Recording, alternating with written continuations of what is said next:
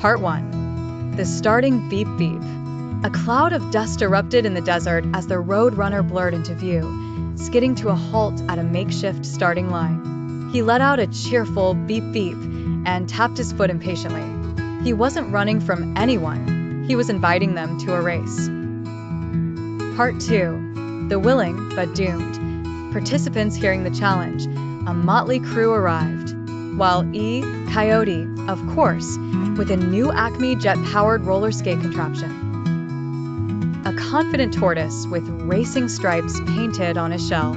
A kangaroo with enormous bouncing shoes. And a nervous-looking roadrunner from the next valley. Part 3. The deceptively simple route. The route was a straight line to a distant mesa, clearly visible on the horizon. Simple, thought the coyote. A straight line is a vector of predictable velocity. He adjusted his goggles, ignoring the roadrunner's innocent blink. Part 4. The first trap. The mirage oasis. The starting flag dropped. The roadrunner zipped ahead. The coyote engaged his jet skates, but the straight line went right through a beautiful, shimmering oasis. The other animals splashed in, only to find it was a giant Acme plastic sheet painted with water, covering a pit of feathers. Part 5. The boulder avalanche. The roadrunner, knowing the path, veered slightly left. The coyote, fixated on the vector, took the direct route up a narrow canyon, dislodging a precariously balanced anvil brand boulder that triggered a cascade of bowling balls. Part 6. The sidewinder detour. A friendly sidewinder snake, coiled into a spring shape, offered the kangaroo a boost. The kangaroo bounced off him, soaring high but misjudging the landing, and ended up stuck in a giant saguaro cactus, a pincushion with a bewildered expression. Part 7. The anvil crossing. The path was blocked by a series of anvils floating in the air.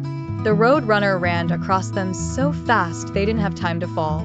The coyote, following, calculated the weight distribution wrong with every step, plummeting with each metallic clang. Part 8. The tortoise's triumph while the others faced chaos. The tortoise, who had ignored the straight line entirely, was taking a slow, steady, and safe path around the edge of the chaos.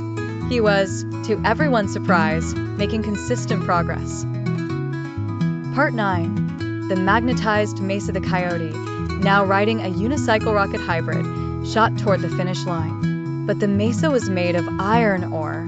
His rocket, made of Acme super-strong magnets, slammed him firmly against the rock face, stuck.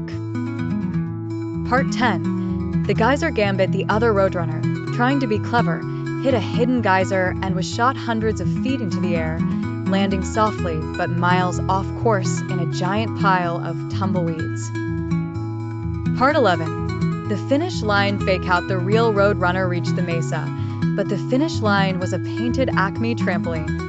He bounced off it, did a triple loop-the-loop in the air, and landed gracefully right back at the starting line. Part 12. The winner is, as the dust settled, who should slowly, methodically, and without any drama cross the original starting line but the tortoise? He had navigated the desert's actual terrain, not the chaotic racecourse.